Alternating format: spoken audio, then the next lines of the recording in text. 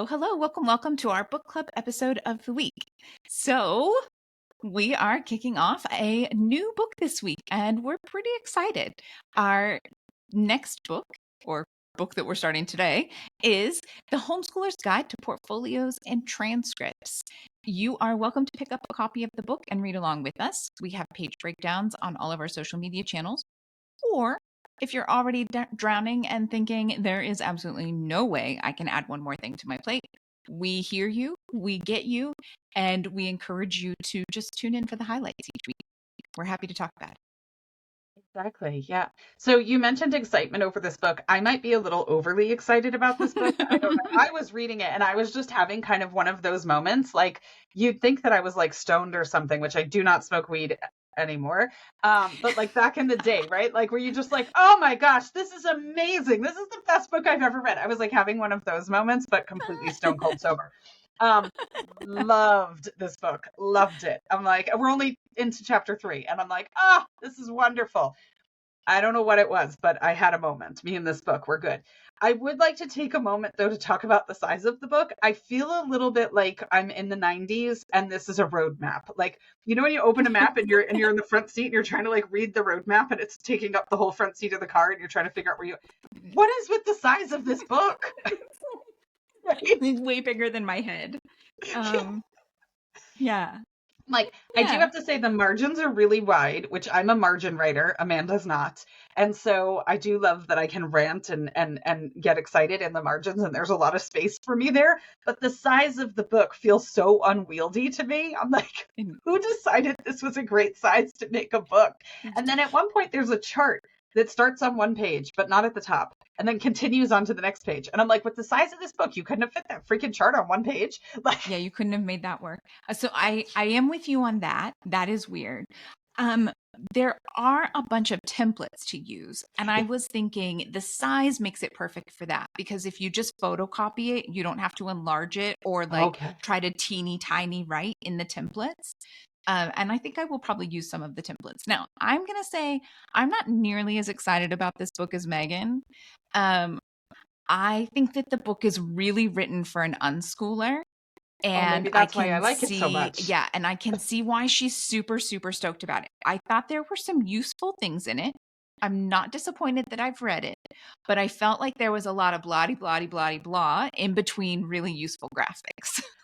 Okay, and I felt that way when we got into the sections about all the different types of portfolios. I was like, this is a little too macro for me. Like I ended up, I don't know if you noticed in our shared notes document, but there was like a whole section where I just wrote down nothing because I was like, I got the point, you know?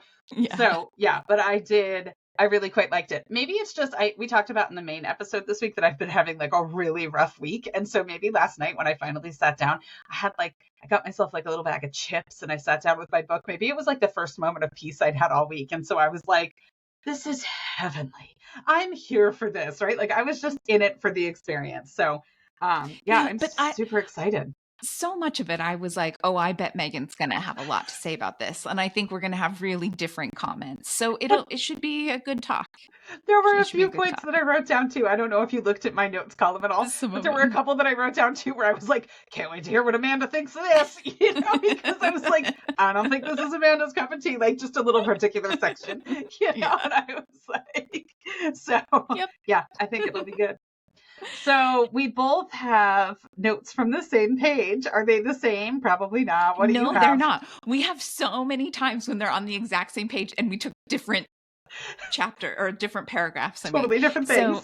So from the foreword, the very beginning page that we read. So this week we did the foreword and chapters 1 to 3 because page wise, it kind of broke it up nicely. It was kind of dense.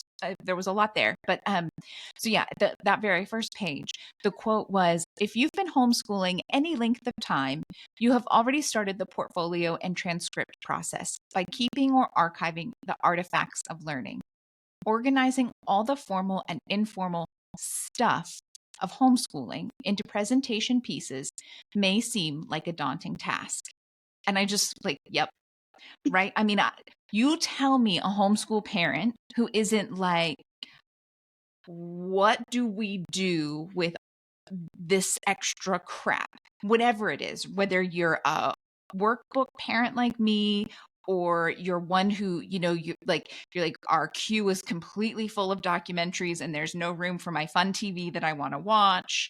Or, your phone is full of pictures from field trips and adventures that you've done. And you're like, I should really delete some of these, but, I don't want to forget that we did this and that. Or, like, or your kid is a hoarder of maps, and every place that you've gone, they got the brochure and the map. And you're like, can we just pare this down a little, right? Like, as homeschool parents, you have so much of it. And how do you like cull that into a presentable portfolio or transcript?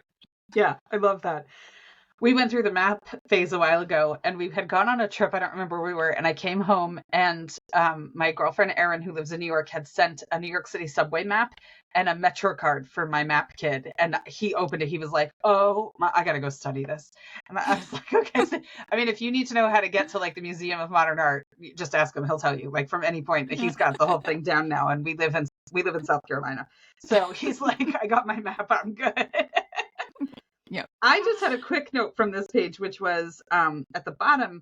She talks about she says, for me, the process was intensely personal, almost like looking through the baby book or a rediscovered photo album. And I found that really interesting because I, unlike Amanda, kept very little documentation whatsoever throughout the entire journey that we had. We were just like organically living life and learning, and I wasn't writing anything down. And then I had to do a transcript, and I was like, blank sheet of paper, here we go. And so, are you like sweating while I tell this story? Amanda's like, how could you have gotten to this point?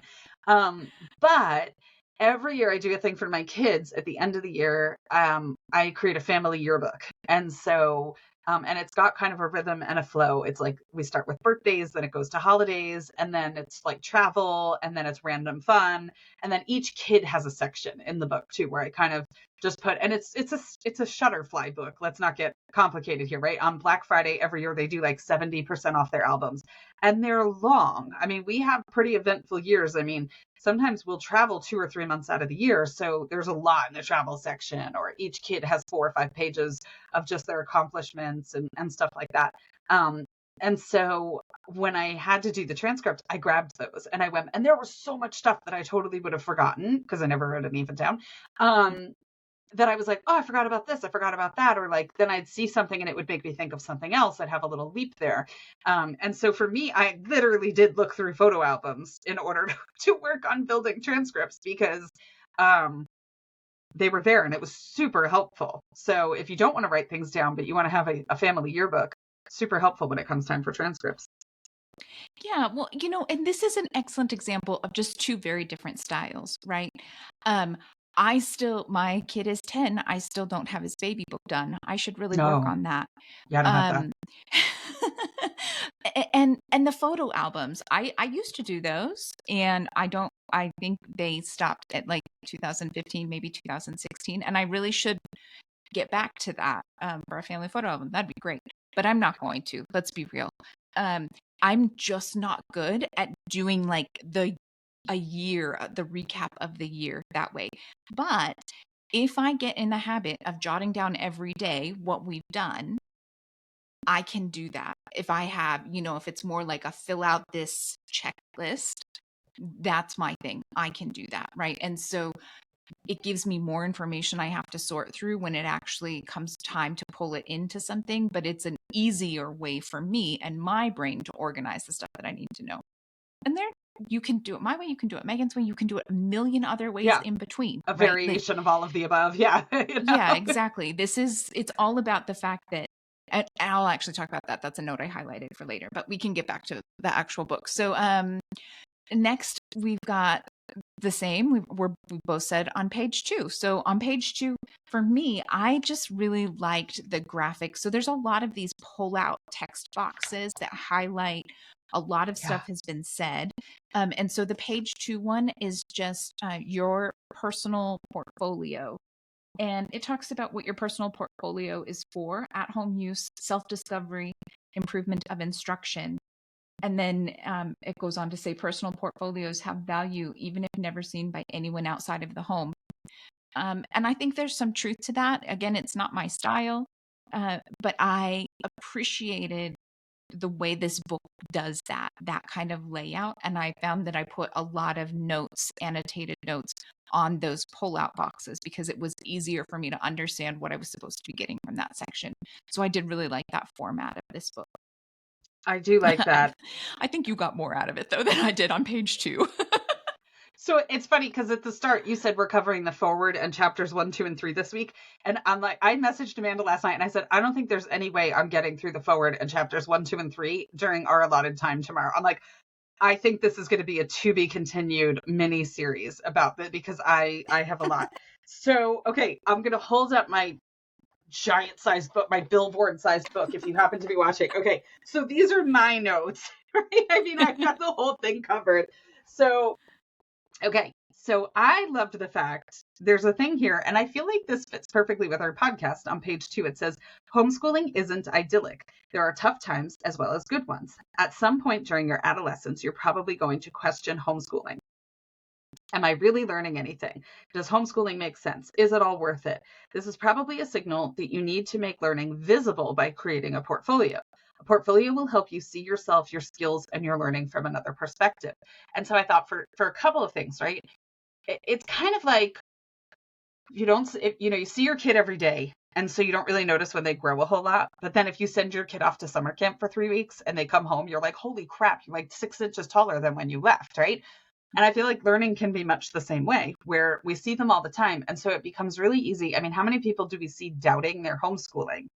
Am I doing enough? Am I doing enough? And I feel like if you have those doubts, I feel like this is such a beautiful way to track growth and things like that, and kind of see the incremental growth that's really, really small. But then if you want to flip back 4 months, 6 months, 8 months, you're like, whoa, look at what we've accomplished, which is really cool. I mean, I had that recently for myself with something related to work, where I sat down to create kind of this comprehensive document of something.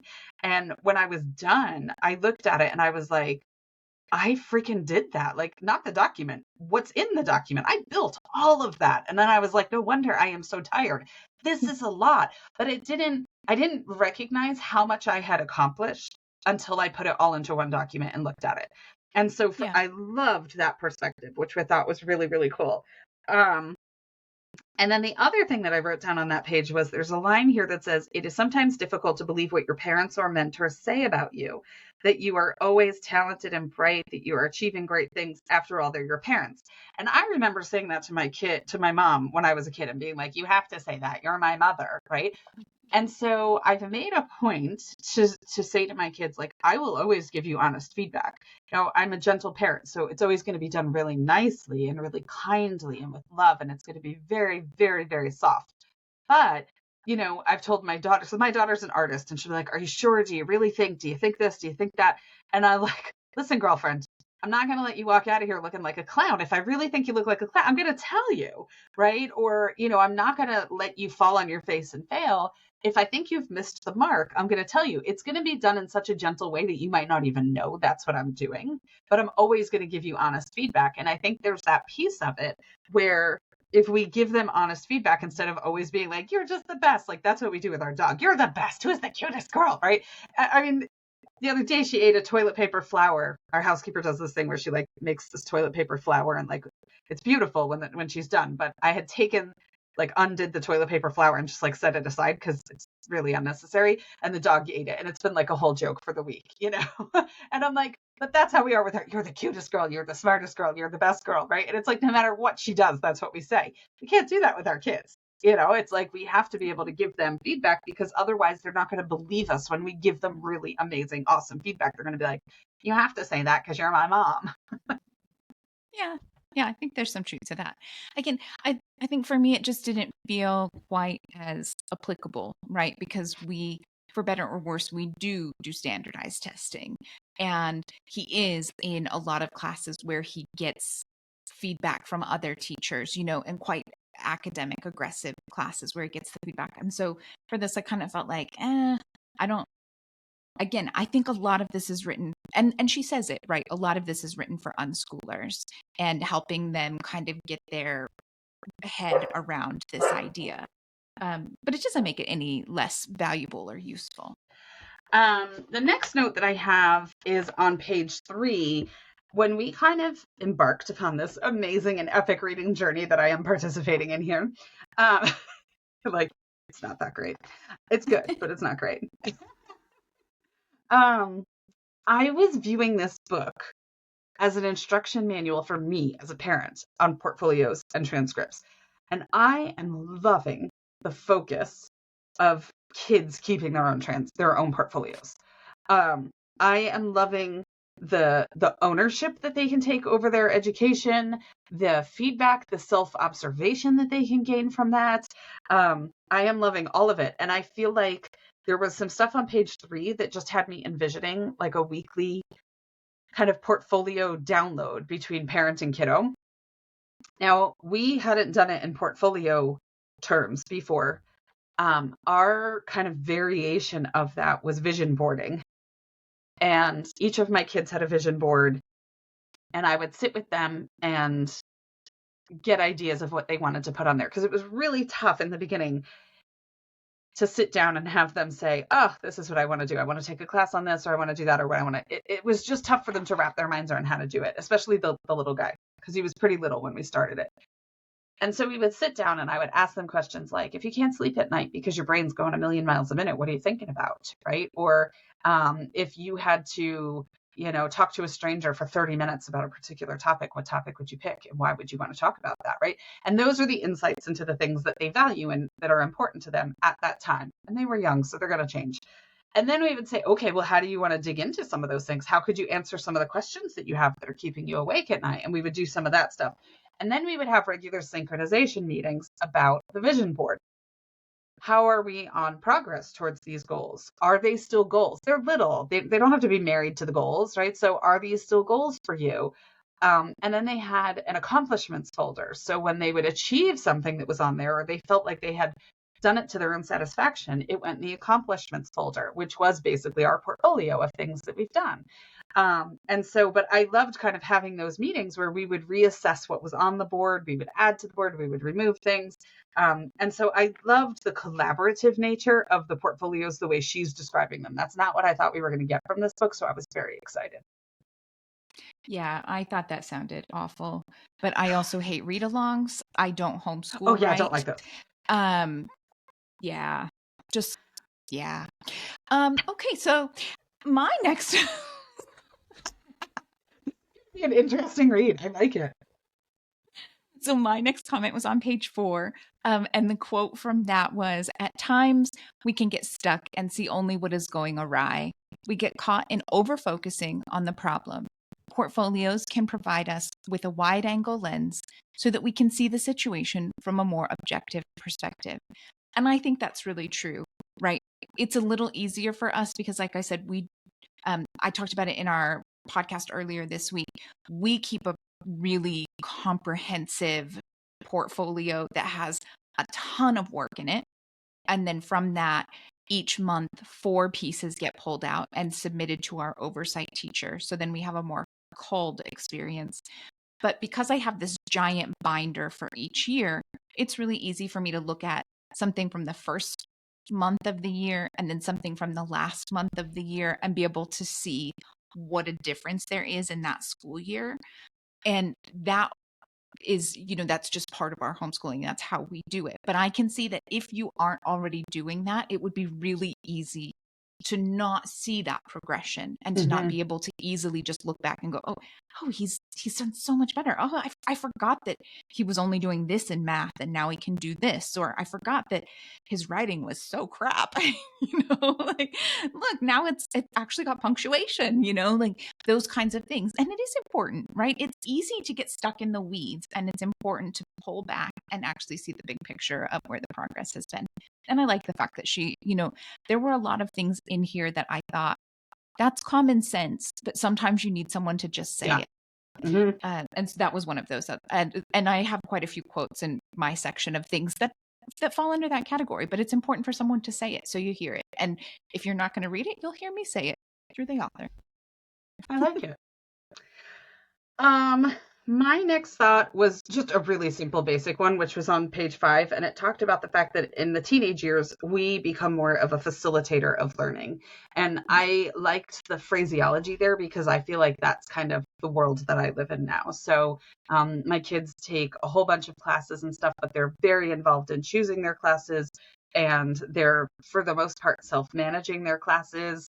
I have no idea what day my 16-year-old has a test or an assignment due or anything like that for the college classes that he's taking. He'll, like, at the end of last semester, he would message me and say, I'm staying late today because I need to do some extra lab hours and get some projects done. I'm like, okay, he's managing that. He's managing his time. He's making sure his deadlines are met and all that. So in fact, like, after he took one of his finals, he said to me, oh, it was harder than I thought. And thankfully he ended up doing okay on it. But he said they were allowed to have taken in with them a 3.5 by 5 index card, which I remember from the days of college, right? Mm-hmm. And that was the first I had heard of it. Like, he never brought it up or anything like that. And he has really, really, really aggressive dysgraphia. And so I had said to him, I have the feeling that's why it didn't come up, was the thought of writing a 3.5 by 5 index card was, and what would have fit on there wasn't going to be helpful. And so I said, FYI, I can help you with that stuff, right? And we could, I'm sure, get an accommodation or an understanding that you could type yours, and as long as it's still, don't use 2-point font, don't be that jerk, but like, and just explain, you've been working with these professors all semester, they've seen your handwriting, right? They'll have an understanding. And I was like, so FYI, in the future, you can bring that stuff to me and we can do that. But he's like, I managed it. It was fine. I got a good grade. I felt confident. It was harder than I expected, but I felt confident and he did good. So I'm kind of in that phase, and I really liked the way she phrased that, which I thought was awesome. Yeah. Hey, what a shock. The next note's mine as well. The next two. Tell us what you think. Really like the book. Okay. We were a little bit nervous about this book too, because we got the recommendation from John Holt's book that we didn't like, and it was listed in there as a resource, and it was like, oh, is this like a fruit of the poison tree thing? But I like it. Okay, so I like the fact that in chapter 6 she talked about saving problematic work, saving problematic work without apprehension, because eventually it creates what she refers to as a diagnostic portfolio that can become a prescriptive portfolio, where eventually you start to see patterns and you start to identify what the issue might be, how you can help, how you can tweak things. And I love that, because I feel like human nature is not, maybe it's just American culture, or we're more guilty of it than other cultures. I'm not entirely sure, but owning our faults, holding on to them, accepting them, or not even faults, but just weaknesses or less than stellar things, I don't feel like is a real strong suit for people, or especially in our culture. And so that there's value in those things and the ability to learn from them, and to kind of tweak the way we view those things, which I thought was really cool. And then the other thing that I loved, because I did love the part where we work together on it, and it's very collaborative, and we have weekly synchronization meetings about portfolios, which you said sounded awful, but I love it. So there's a thing here that says, maintaining and utilizing portfolios made my sons better and more thoughtful observers of their work, which I love, right? That self-identification and that self-awareness to be able to come through. I had a situation earlier in the year. Myself and my 12-year-old, my youngest kid, were in Antarctica, and they have a thing where you can mail yourself postcards from Antarctica. There's a post office there. It's really cool. But it can take up to 6 months for your postcard to come back to you in wherever you live.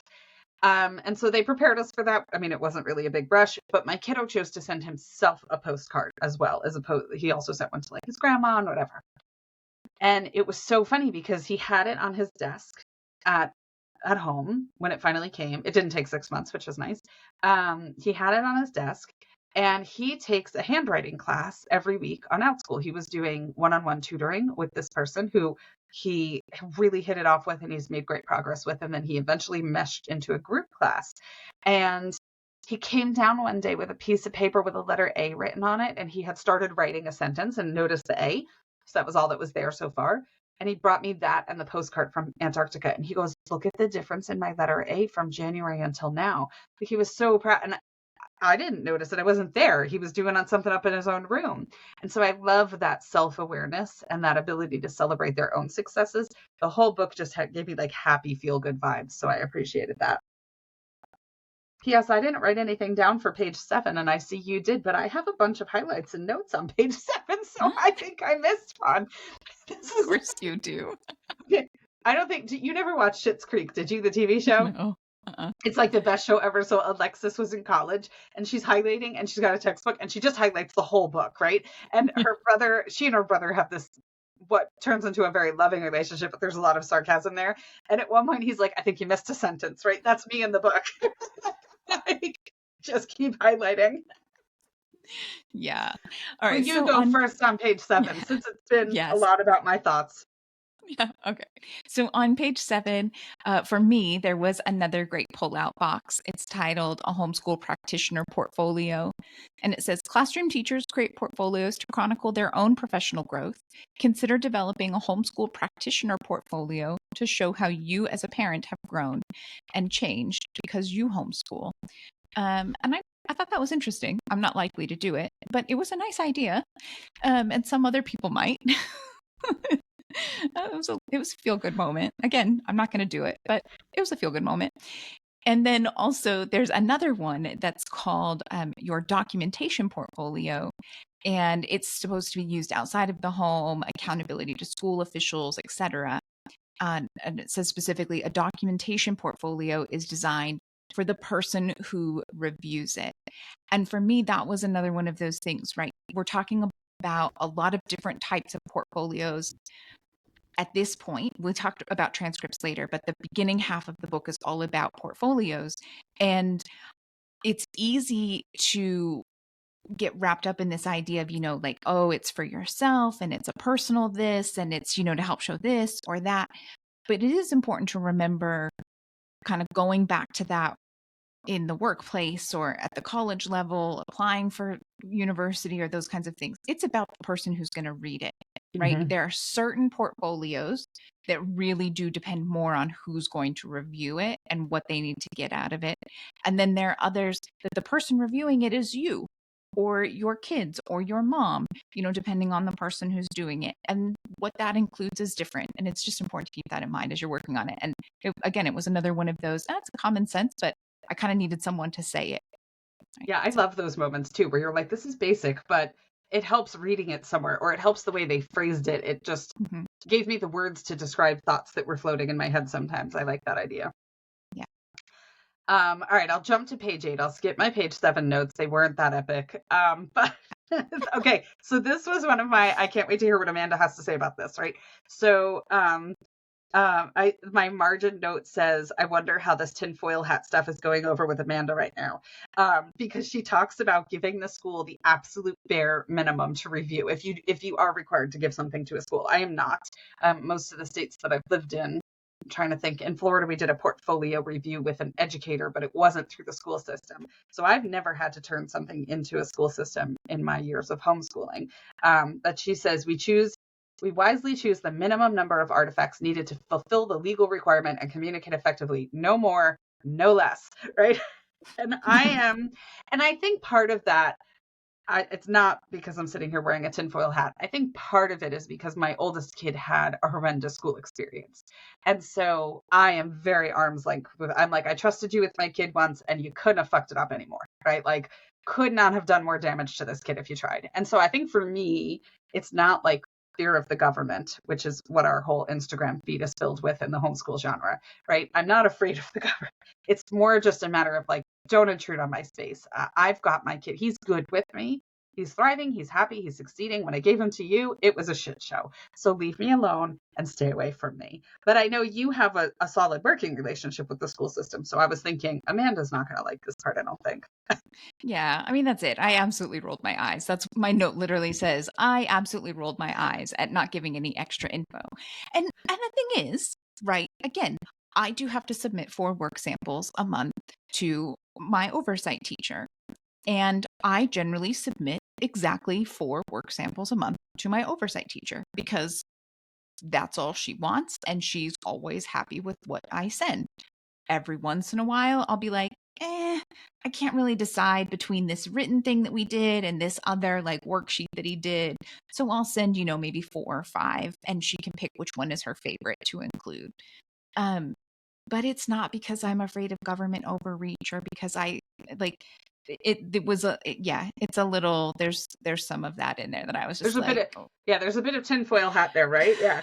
Mine, Yeah. mine isn't necessarily government. It's more, that the school system won't understand the way we educate, right? It's like so foreign to them. And I'm like, I can't be bothered to take the time to build the bridge between the way you think and the way we think. And what we're doing is working and my kids are happy. So just leave me alone, right? Like, I would like you to stay out of it, please. Right. Well, But I yeah. And did I mean, have such a horrendous start with the school system that's part of it, I think, for me. and I think it's about the balance, right? Like, sure, you don't want to give so much information that then you have to educate them further on how you're getting there. Right. But that also doesn't mean that you have to be like, no, I will not Nothing. share that information with you, and I will not tell you how my children learned that. Like, Like, you don't have to be the crazy person. Like, it's like there's in like there's section 7, article C of the law, it says, and so no, I will not give you that. Yeah, exactly. yeah, yeah. Yeah. Now I did think it was interesting on page 10, it was talking about employability portfolios. And you mentioned in our main episode this week, I don't really know how many employers are looking at portfolios, right? Maybe it just depends. Maybe if you're like trying to get a job at an architecture firm, they'd want a portfolio, but like generally speaking, it's like upload your resume and you'll never hear from us, right? Like that's pretty much Hmm. how the job market works now. So I don't think anybody's taking the time. I don't think too many people are taking the time to review portfolios. But there was an interesting line here that I liked that says, give them what they need so they can say yes. It's at the bottom of page 10. And I thought, my daughter applied for a school program when she was very out of the age range for the program. But the syllabus of the program was exactly what she needed and exactly what she was craving and yearning for. And so they wanted from her, let's say, A and B for part of the application process. And I had said to her, listen, I think because of your age, you're going to need to give them A, B, C, D, E, and F, right? Like you're going to have to kill this fly with a sledgehammer because your age is going to discount you. So you're going to need to go in full on and show them why they have, like, don't give them a choice to say no. When they look at that, they're just going to be like, of course we have to have this person, right? And so I think there's something to be said for who, to your point earlier, who the audience is, right? Hmm. How detailed should it be for that reason? Yeah.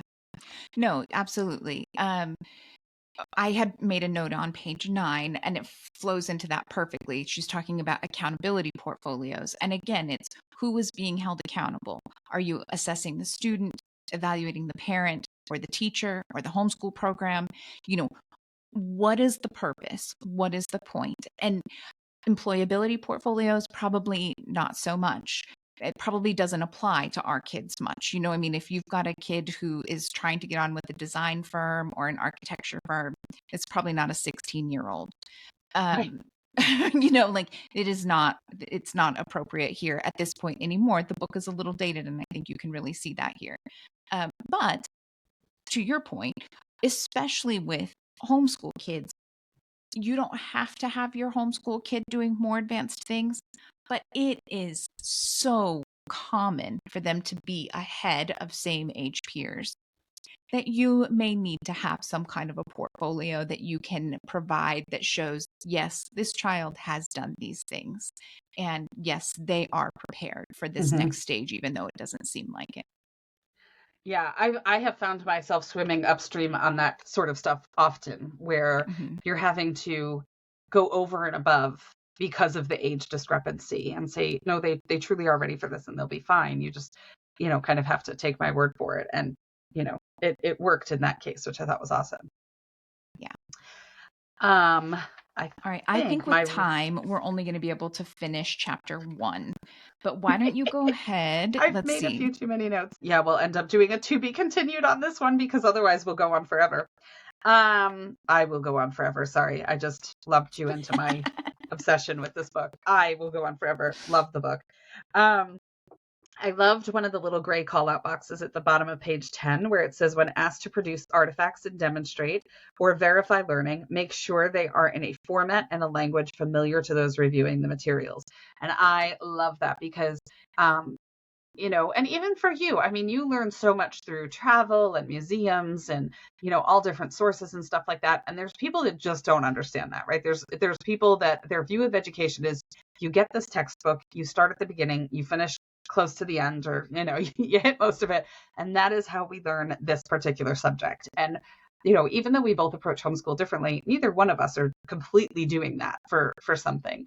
And so I feel like, for me, I've taken the onus on to just translate what I know we have accomplished into a language that makes sense for other people, as opposed to trying to put it in my language or my process and then try and explain it to them, where they're like, what? Mm-hmm. And so I really quite liked that component that was there. Yeah. And so I I mean, I think that makes agree. sense. Right. That thing of, you have to remember that most people don't have the same starting point as you. And so even for us, and I know the same is similar for you, right? We struggle with talking about, yes, I have a fourth grader. He's about to be in fifth grade. There's nothing he's doing that's at a fifth grade level, right? And what does that mean? Well, it means that we have to come up with arbitrary ways to describe things, like, well, he's taking this high school science class and, and he's probably in about seventh grade math, or whatever it is, like you have to kind of come up with the language that the people you're talking to know. Mm-hmm. And I mean, it's part of life. You have to do that all the time, whether it's work jargon that you're having to transition into regular people talk, or it's homeschooling and doing your best to give it some arbitrary, you'll understand this timeline or this frame of reference. Yeah, I completely understand. I think it just makes everybody's lives easier. Ours, theirs, everybody's. And as long as you're representing what you're doing in your homeschool life, honestly, it shouldn't really make a difference. It shouldn't matter to anybody. Yeah. All right. So if we continue with our notes, to Amanda's point, we're going to have an hour and a half, an hour and 40-minute episode here. So instead, I'm not sure. That's optimistic. I think this would end up being like a 2.5 hour book club. We would lose absolutely everyone. all right. So we published our chapter breakdown, and supposedly next week we're moving on to chapters 4 and 5. That's not happening. Stick with us. We'll get there eventually. So next week we'll talk about chapters 2 and 3, and we'll just have 2 shorter episodes as opposed to 1 episode that feels like you're watching Gone with the Wind, right? And so we'll just make it a little bit more digestible. So this one will be a little shorter, and then next week we'll do 2 and 3 and try to keep it around the same length and still be able to get all of our thoughts and feelings about the book in. If you enjoy our content, we would be ever so grateful if you would give us a like or a follow on social media or wherever you're listening. Say hello, whatever. I mean, unfortunately, we live in this world where to grow and to welcome and to grow our community and welcome more people into our community, it's all about algorithms now, and it's all about likes and stats and whatever else. So come find us, hang out with us. We'd be ever so grateful. If you make us more visible, we'd be so tremendously appreciative, because it can be hard to find homeschool community. And if you're enjoying our content, there's a good chance other people will as well. And so the more visible we become, we'd love to welcome them into the community. So come join us and hang out with us. A like, a follow, a share, whatever. We're so happy. We're so glad you're here. It makes our day. When Amanda runs the stats for the podcast and sends them to me, I'm like, get out of town. So I know. Or thank you. when people try to join the Facebook group, you have to answer a few questions so we can make sure you're not a troll or an asshole. And I love it when they're like, yes, I absolutely do listen to your podcast. Like, I loved the last one about whatever. I'm always like, oh my gosh, it's my mom or my son or my cousin. It's someone I don't know, and they don't live in South Carolina, so they probably don't know Megan. Like, oh my gosh, this is so exciting. It does. It makes our day. It's kind of like that thing, like when you buy from a small business, somebody does a happy dance. It's kind of the same thing in podcast land. So, and you don't even have to buy anything. You just like something or join the Facebook group or whatever, and we will totally happy dance. Yep, absolutely. All right. So, We hope you'll join us for our next episode. We have our next up will be our regular podcast episode. And then our next book club episode, like we said, we'll be doing chapters 2 and 3 because sometimes life doesn't go exactly the way you plan. Maybe we'll get around to changing all of those graphics on all of our social media that say we're doing chapters 4 and 5 next week. We're not. So yeah, please join us again. We look forward to talking to you. Yeah. This is going to take like 4 times. This book will take 4 times longer than we anticipated. But I we would love Googled for you last night to see if I could find Loretta to invite her on the podcast. I can't find anything on this woman. She's like an enigma. I can't find her online anywhere. Listen, if you were listening and you can find, if you're like one of those internet sleuths and you can find Loretta, send us her contact. I would totally invite her on for a Q&A. So you would. People be like stalking poor Loretta who wrote this book. But yeah, I found a couple of people with the same name, but I don't think any of them are her. So anyhow. All right. Well, so yeah, if you randomly know who she is because you've been around in the homeschool world long enough and hook us up. Meagan will be super, super happy. And I'll do my best to fix my face. All right. So with that, we're going to sign off and let you go. We hope you have a great week. Happy homeschooling. Happy homeschooling.